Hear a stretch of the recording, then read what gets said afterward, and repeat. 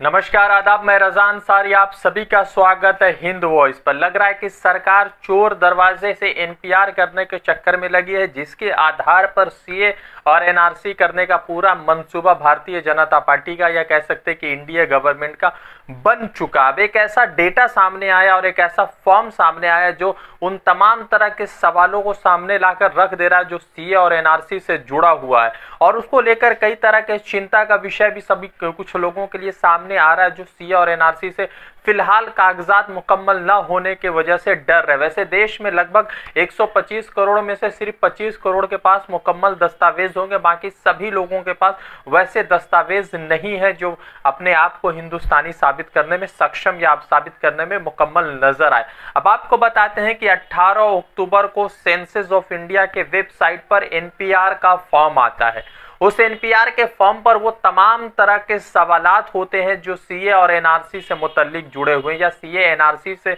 जुड़े हुए। अब आपको बताते हैं कि क्या क्या सवालात है और क्या क्या किस तरह के सवालात है। तो 18 अगस्त को एक जो है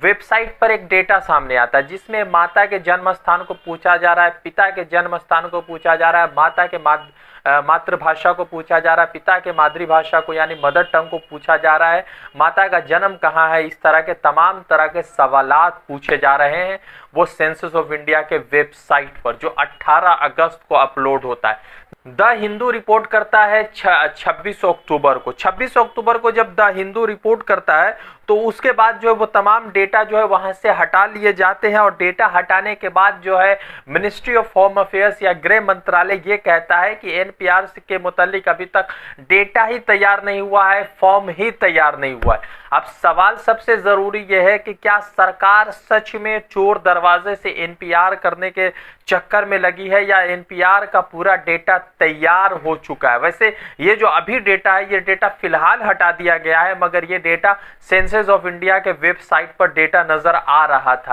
अब आपको बताते हैं कि 2011 में सेंसस हुआ, 2011 के बाद जो है सेंसस जो है 2020 में कंप्लीट होना था, 2019 से 2020 के बीच में कंप्लीट होना था, मगर सेंसस इस बार कंप्लीट नहीं हो पाया, चूंकि यहाँ पर कोरोना काल था, और कोरोना काल में सरकार की जिस तरह की नाकामी रही है वो तो है, मगर उसके बावजूद सरकार के पास उन तरह के तमाम सहूलियत नहीं थी जिसकी वजह से एनपीआर